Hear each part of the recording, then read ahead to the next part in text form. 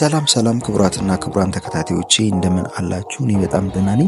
ዛሬም እንደተለመደው በወሳኝ መሰረታዊ የህግ ፕሮግራም ተገናኝተናል። በዛሬው ፕሮግራም ወደ ወንጀል ህግ ጎራ እንልና ዋስትና የሚፈቀድበትንና ዋስትና የሚከለከልበትን ዋና ሁኔታዎችን የምነግራችሁ ይሆናል ማለት ነው። ለዚህ ቻናል አዲስ የሆናችሁ ቻናሉ ላይክ፣ ሼር፣ ሰብስክራይብ በማድረግ አብራችሁኝ እንድትሆኑ በታላቅ አክብሮትና ትህትና ጠይቃለሁ። ቀጥታ ወደ ዛሬው ፕሮግራሜ እገባለሁ።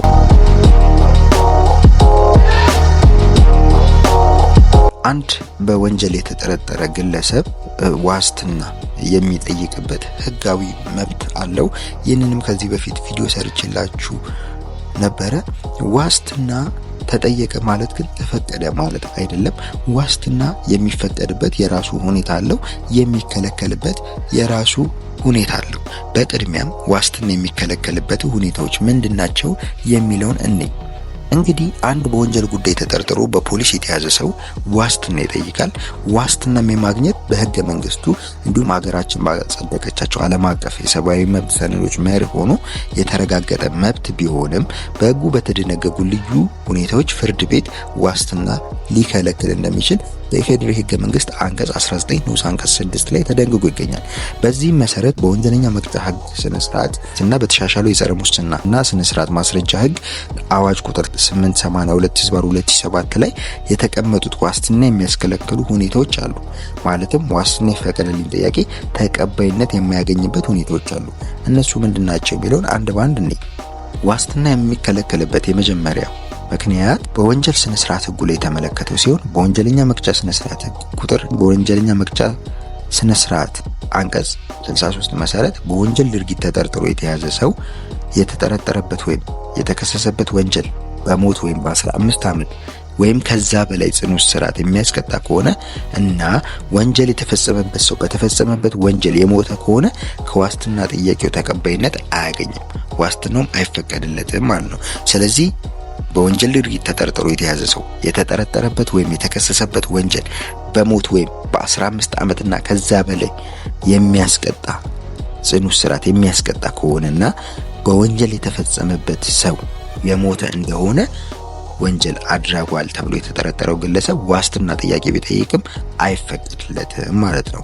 ሌላኛው በወንጀለኛ መቅጫ ህግ ስነ ስርዓት ቁጥር 67 መሰረት ዋስትና አይፈቀድም። ይህ ምን ማለት ነው? ተጠርጣሪው ወይም የተያዘ ሰው በዋስትና ወረቀቱ ላይ የተቀመጡትን ግዴታዎች የሚፈጽም የማይመስል እንደሆነ ተጠርጣሪው በዋስ ቢለቀቅ ሌላ ወንጀል ሊፈጽም ይችላል ተብሎ ሲገመት ተጠርጣሪው ምስክሮችን በማባበል ወይም በመግዛት ማስረጃዎችን ሊያጠፋ እንደሚችል የተገመተ እንደሆነ ተጠርጣሪው በዋስ ሊለቀቅ አይችልም ማለት ነው። ተጠርጣሪውም የተያዘ ሰው በዋስትና ወረቀቱ ላይ የተቀመጡ ግዴታዎችን የሚፈጽም የማይመስል ማለት ለምሳሌ እንዲቀርብ በዋስ ተለቆ እንዲቀርብ በጊዜው ቀጠሮ እንዲቀርብ ተነግሮት ነገር ግን የማይቀርብ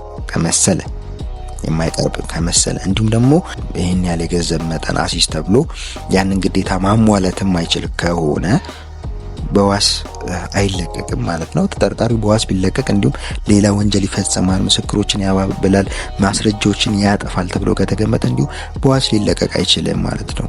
ሌላኛው በተሻሻለው የጸረ ሙስና ስነ ስርዓት ማስረጃ ህግ አዋጅ ቁጥር 882/2007 አንቀጽ 3 ንዑስ አንቀጽ 1 ላይ የተቀመጠው ሲሆን በሙስና ወንጀል የተያዘ ሰው በዋስትና እንዲለቀቅ ፍርድ ቤት ቀርቦ የመጠየቅ መብት ያለው ቢሆንም በተከሰሰበት ወይም በተጠረጠረበት ወንጀል ከ10 ዓመት በላይ በጽኑ እስራት የሚያስቀጣ ከሆነ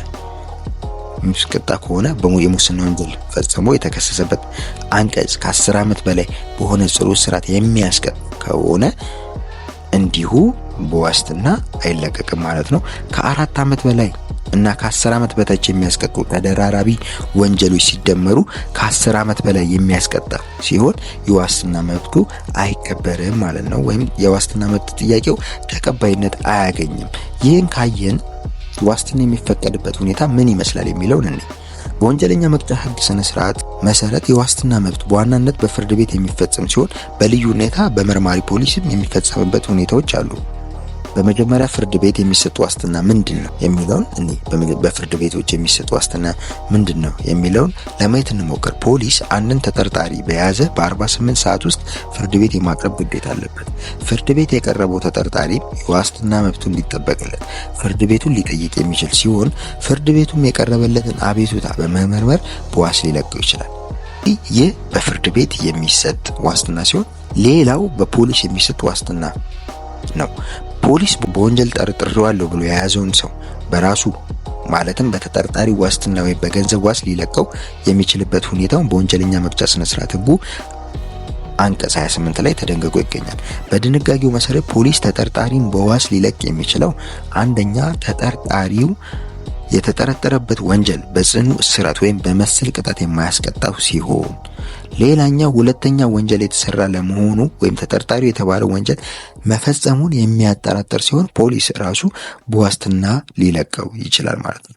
በዚህ መልኩ ፖሊስ ተጠርጣሪን በዋስ ሲለቅ የገንዘብ ወይም የራስ ዋስትና እንዲያቀርብ ካደረገ በኋላ ተጠርጣሪው በተፈለገ ሰዓት መቅረብ እንዲችል በማስፈረም ተጠርጣሪ ሊለቅ ይችላል። በነገርኳችሁ መሰረት በዋስ ያልተለቀቀ ተጠርጣሪ ፖሊስ በ48 ሰዓት ውስጥ ፍርድ ቤት ማቅረብ የሚጠበቅበት ሲሆን ፖሊስ በዋስ ያልለቀቀው ወይም ፍርድ ቤት ያላቀረበው ተጠርጣሪ በወንጀለኛ መቅጫ ህግ ስነ ስርዓት አንቀጽ 64 መሰረት በዋስ እንዲወጣ ማመልከቻ ፍርድ ቤቱን የመጠየቅ መብት እንዳለው የወንጀለኛ መቅጫ ስነ ስርዓት ህጉ አንቀጽ 28 ንዑስ አንቀጽ 2 በግልጽ ተደንግጓል። በመሆኑም ዋስትና ሊከለከልበት እና ሊፈቀድበት የሚችል እንዲሁም ሊሰጥበት የሚችል ሁለት መንገድ እናገኛቸዋለሁ በዚህ ፕሮግራም ማለት ነው። ለዛሬ ያስኩት ፕሮግራም ይሄንን ይመስላል። በቀጣይ ሌላ መሰረታዊ የህግ ፕሮግራም እስከምንገናኝ መልካም ጊዜ